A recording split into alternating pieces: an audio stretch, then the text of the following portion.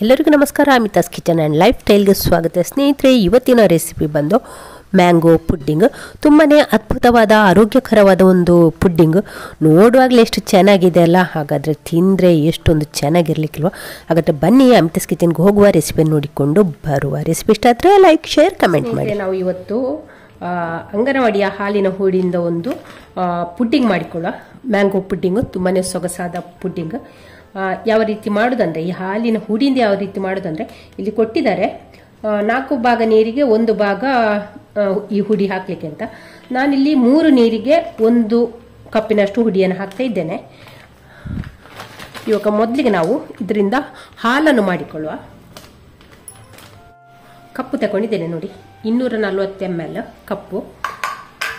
ಇದಕ್ಕೀಗ ಈ ಹುಡಿಯನ್ನು ಹಾಕಿಕೊಳ್ಳುವ.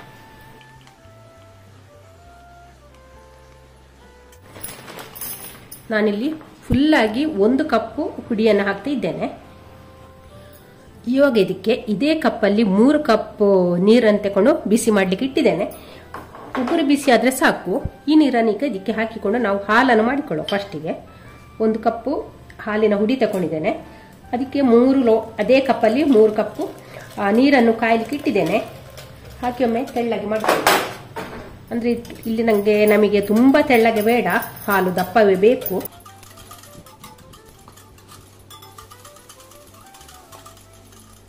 ತಣ್ಣೀರಿಗೆ ಹಾಕಬೇಡಿ, ತಣ್ಣೀರಿಗೆ ಹಾಕಿದರೆ ಬೇಗ ಗಂಟು ಕಟ್ಟಿಕೊಳ್ತದೆ. ನೋಡಿ, ಚೆನ್ನಾಗಿ ಕರಗಿರೋದು ನೋಡಿ, ಹಾಲಿನ ರೀತಿ ಆಗಿದೆ ನೋಡಿ. ಇವಾಗ ಇಲ್ಲಿ ನಮಗೆ ಹಾಲು ರೆಡಿ ಆಯಿತು ನೋಡಿ. ಈಗ ಹಾಲು ದಪ್ಪಕ್ಕೆ ಉಂಟು. ನಮ್ಮ ಮಾಮೂಲು ಹಾಲು ಉಂಟಲ್ಲ, ಪ್ಯಾಕೆಟ್ ಹಾಲಿಗಿಂತಲೂ ದಪ್ಪಕ್ಕೆ ಉಂಟು ನೋಡಿ. ದಪ್ಪ ಹಾಲು ಇದ್ದಷ್ಟು ಒಳ್ಳೆಯದು.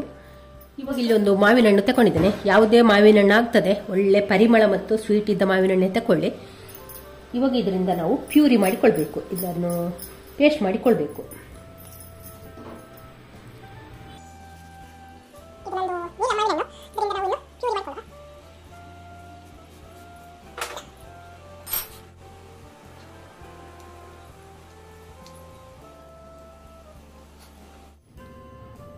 ಇವಾಗ ಇದನ್ನು ನಾವು ಗ್ರೈಂಡ್ ಮಾಡಿಕೊಂಡು ಬರುವ.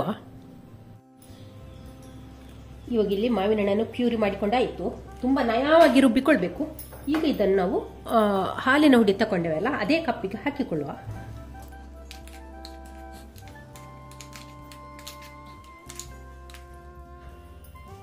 ಇವಾಗ ನನಗೆ 1 ಮಾವಿನ ಹಣ್ಣಿಂದ 3/4 ಕಪ್ಪಿನಷ್ಟು ಪ್ಯೂರಿ ಸಿಕ್ಕಿದೆ. 1 ಕಪ್ಪಿನಷ್ಟು ಪ್ಯೂರಿ ಹಾಕ್ಬೋದು. ನಾನಿಲ್ಲಿ 3/4 ಕಪ್ಪಿನಷ್ಟು ಪ್ಯೂರಿ ಹಾಕ್ತಾ ಇದ್ದೇನೆ. ಇದಕ್ಕೆ ಇವಾಗ 2 ಕಪ್ಪಿನಷ್ಟು ಹಾಲನ್ನು ಹಾಕಿಕೊಳ್ಳುವ.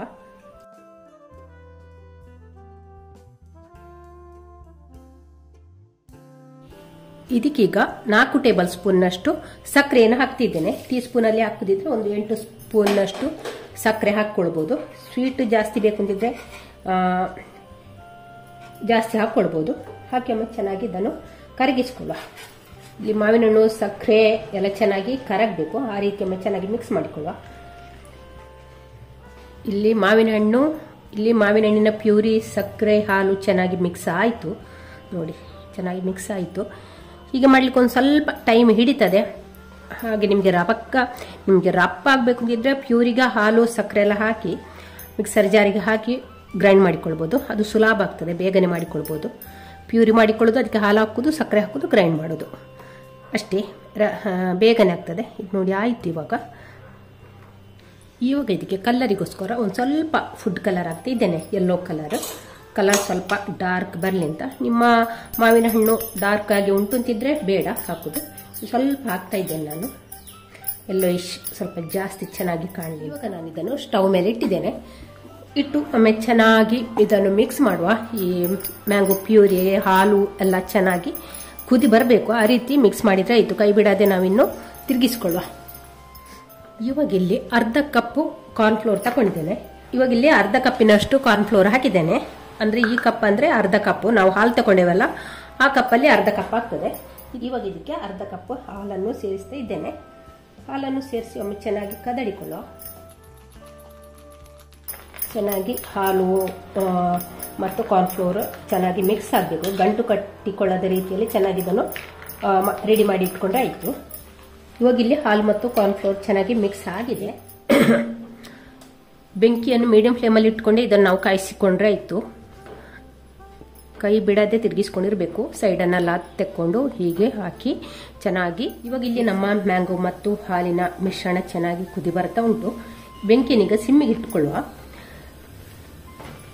ಸಿಮ್ಮಿಗೆ ಇಟ್ಟುಕೊಂಡ ನಂತರ ಇಲ್ಲಿ ಮಾಡಿಟ್ಟಂಥ ಕಾರ್ನ್ಫ್ಲೋರಿನ ಹಾಲು ನೋಡಿ, ಕಾರ್ನ್ಫ್ಲೋರಿನ ಹಾಲು ಇದನ್ನೀಗ ನಿಧಾನಕ್ಕೆ ನಾವು ಕೈ ಆಡಿಸ್ತಾನೆ ಇರಬೇಕು. ಹಾಕುವಾಗ ಕೈ ಆಡಿಸ್ತಾನೆ ಹಾಕ್ತಾ ಇದ್ರೆ ಆಯಿತು. ಇಲ್ಲದಿದ್ರೆ ಗಂಟು ಕಟ್ಟಿಕೊಳ್ತದೆ ನೋಡಿ. ನಿಧಾನಕ್ಕೆ ಹಾಕ್ತಾ ಕೈ ಆಡಿಸ್ಕೊಂಡೇ ತಿರುಗಿಸ್ಕೊಂಡ್ರೆ ಆಯಿತು. ಕಸ್ಟರ್ಡ್ ಹಾಕಿ ಇಲ್ಲಿ ನಾವು ಒಂದು 5 ನಿಮಿಷ ಇದನ್ನು ಚೆನ್ನಾಗಿ ಕೈ ಬಿಡದೆ ತಿರುಗಿಸಿಕೊಂಡು ಬೇಯಿಸ್ಕೊಳ್ಬೇಕಾಗ್ತದೆ. ಗಂಟು ಕಟ್ಟಿಕೊಳ್ಳದ ರೀತಿಯಲ್ಲಿ ನೋಡಿಕೊಳ್ಬೇಕು.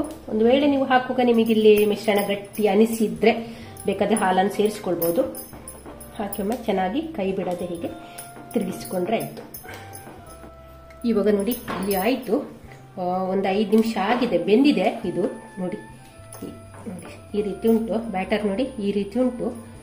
ಹೀಗೆ ಇನ್ನು ಇದನ್ನು ನಾವು ಈ ರೀತಿ ಬರಬೇಕು. ಈ ರೀತಿ ಬಂದುಂಟಲ್ಲ ಚೆನ್ನಾಗಿ ಬೆಂದಿದೆ ಅಂತ, ಹಾಗೆ ಹೀಗೆ ಬರಬೇಕು. ಇವಾಗ ಸ್ಟವ್ ಆಫ್ ಮಾಡಿಕೊಳ್ಳುವ. ಇವಾಗ ಇದೊಂದು ಮೋಲ್ಡ್ ಇಟ್ಟಿದ್ದೇನೆ, ಅದಕ್ಕೆ ಇದನ್ನು ಹಾಕಿಕೊಳ್ಳುವ.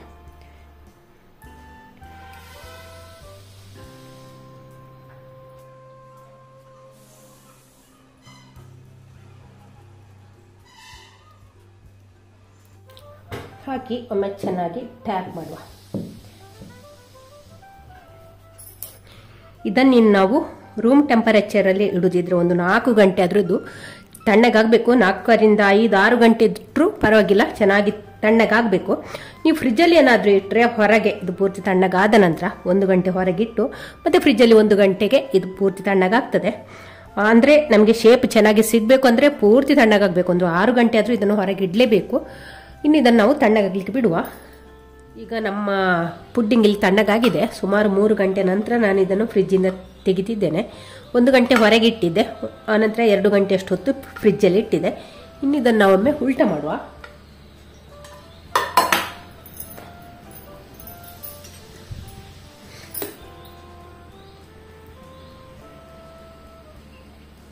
ವಾವ್ ನೋಡಿ ಎಷ್ಟು ಚೆನ್ನಾಗಿ ಸೂಪರಾಗಿ ಬಂದಿದೆ ಅಲ್ವಾ? ಅದ್ಭುತನೇ ಅದ್ಭುತ. ಬನ್ನಿ ಇವಾಗ ನಮ್ಮ ಪುಡ್ಡಿಂಗನ್ನು ಕಟ್ ಮಾಡಿಕೊಳ್ಳುವ. ಪುಡ್ಡಿಂಗ್ ನೋಡಿ ಸ್ನೇಹಿತರೆ ಎಷ್ಟೊಂದು ಸಾಫ್ಟ್ ಆಗಿದೆ. ಹಾಗೆ ಈ ರೆಸಿಪಿ ನಿಮಗೆ ಇಷ್ಟ ಆದರೆ ಲೈಕ್, ಶೇರ್, ಕಮೆಂಟ್ ಮಾಡಿ. ಚಾನಲ್ಗೆ ಯಾರು ಹೊಸಬ್ರಿದ್ರೆ ಪ್ಲೀಸ್ ಸಬ್ಸ್ಕ್ರೈಬ್ ಮಾಡಿಕೊಂಡು ಚಾನಲನ್ನು ನೋಡಿ. ನಾಳೆನ ಹೊಸ ವ್ಲಾಗ್ ಅಥವಾ ರೆಸಿಪಿಯೊಂದಿಗೆ ಸಿಗೋಣ. ಅಲ್ಲಿವರೆಗೆ take care, bye bye. Thank you ಸ್ನೇಹಿತರೆ.